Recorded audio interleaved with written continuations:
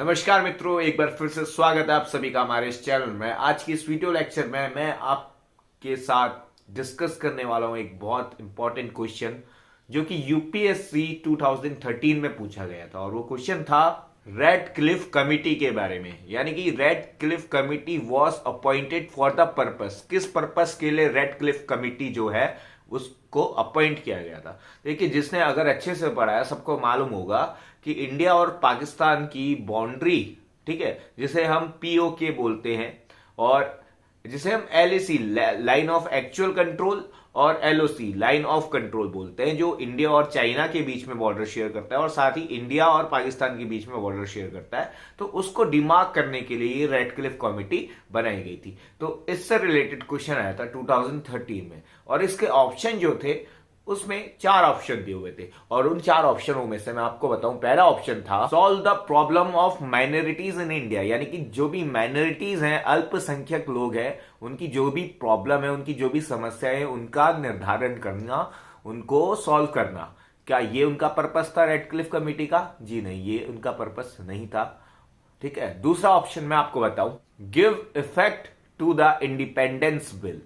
क्या जो इंडिपेंडेंस जो बिल पास हुआ था उसको प्रसारित करने के लिए, उसको पास करने के लिए, ये क्या उनका जो है, ये उनका जो कमेटी बनी थी रेड क्लिफ कमेटी, क्या ये उनका उद्देश्य था, उनका ऑब्जेक्टिव ये था? जी नहीं, ये भी बिल्कुल उनका उद्देश्य नहीं था। तीसरा ऑप्शन सुन लीजिए, delimit the boundaries between India and Pakistan. जी हाँ, बिल्कुल सही सुना आपने, जो मैंने आपको सबसे पहले समझा दिया था कि delimit the boundaries between India and Pakistan. यानी कि भारत और पाक के बीच में जो बाउंड्री लाइन है उसको डिमार्क करने के लिए रेड क्लिफ कमेटी का गठन किया गया था। ठीक है, ये ऑप्शन सी है जो कब आया था? 2013 के यूपीएससी में आया था।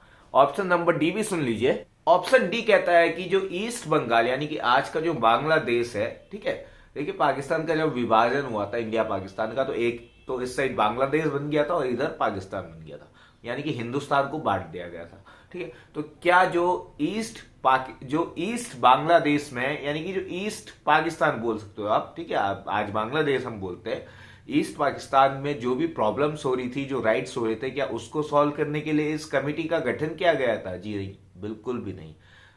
इस कमेटी का गठन सिर्फ इसलिए किया गया था ताकि इंडिया और पाकिस्तान को आपस में, यानी कि कम्युनल राइट्स को बढ़ावा दिया जाए, यानी कि रीजनल राइट्स को बढ़ावा दिया जाए। यानी कि हिंदू मुस्लिम जो है आपस में धर्म के नाम पर एक्चुअल में डिवीजन किया गया था और वो धर्म के नाम पे ये जो है पॉलिटिक्स आज भी चलती है।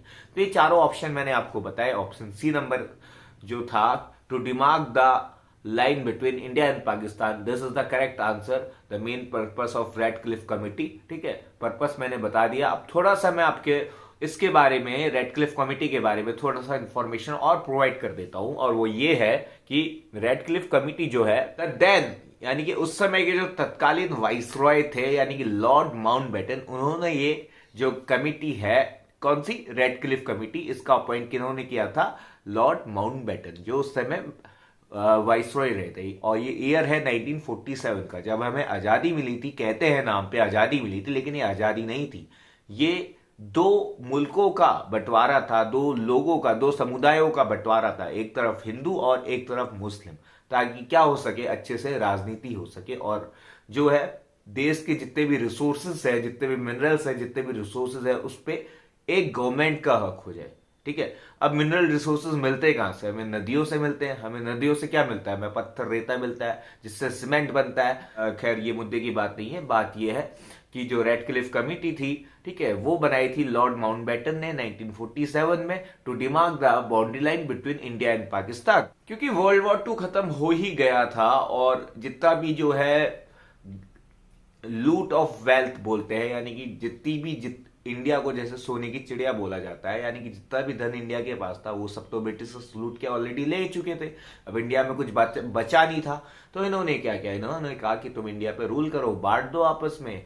मुस्लिम लोग, मुस्लिम धर्म के मानने वाले जो है वो एक तरफ, हिंदू धर्म के मानने वाले एक तरफ। ठीक है, हिंदू धर्म के मानने वाले जो है हिंदुस्तान में रहेंगे, मुस्लिम धर्म के मानने वाले जो है वो कहाँ रहेंगे, वो पाकिस्तान में रहेंगे। और इधर भी जो है माइनॉरिटीज, या इधर भी जो है मेजोरिटी में ईस्ट बंगाल जो मैं बोल रहा हूँ, जो आज के देश में बांग्लादेश नाम से जाना जाता है, यहाँ पे भी मेजोरिटी ऑफ पीपल किसकी थी, मुस्लिम रिलीजन की थी। तो इसलिए इसको भी जो है रेड क्लिफ नाम का एक व्यक्ति था, पर्सन, जो हम जिस कमिटी की बात कर रहे हैं रेड क्लिफ कमिटी, तो रे रेड क्लिफ नाम था उसका। तो उसने क्या किया, वो एक ये समझ लीजिए जोग्राफर टाइप का था, तो उसने मार्क कर दिया। उसने क्या किया, उसने पुलिस स्टेशन देखे कि कहाँ कहाँ पर चौकी है, ठीक है, उन चौकियों पे मैप में निर्धारित करते हुए लाइन बनाई, इधर भी लाइन बनाई, इधर भी लाइन बनाई, और खींच दिया एक नक्शा ऐसा तैयार कर दिया कि जिससे 2 मुल्क तैयार हो गए, 3 मुल्क तैयार हो गए, बांग्लादेश, पाकिस्तान और इंडिया।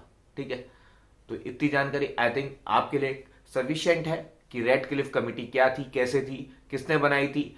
ठीक है, किसने बनाई थी, आई होप कि आप सबको अभी तक मालूम चल गया होगा। कब बनाई थी, 1947 में, जब जुलाई 1947 में, जब हमें अगस्त 1947 में हमें इंडिपेंडेंस ग्रांट हुई थी। ठीक है, क्योंकि उस समय 2 लीग जो थी, एक तो मुस्लिम लीग थी जिसको प्रिसाइड कर रहे थे जिन्ना, ठीक है, यानी कि मोहम्मद अली जिन्ना, और दूसरी थी कांग्रेस पार्टी।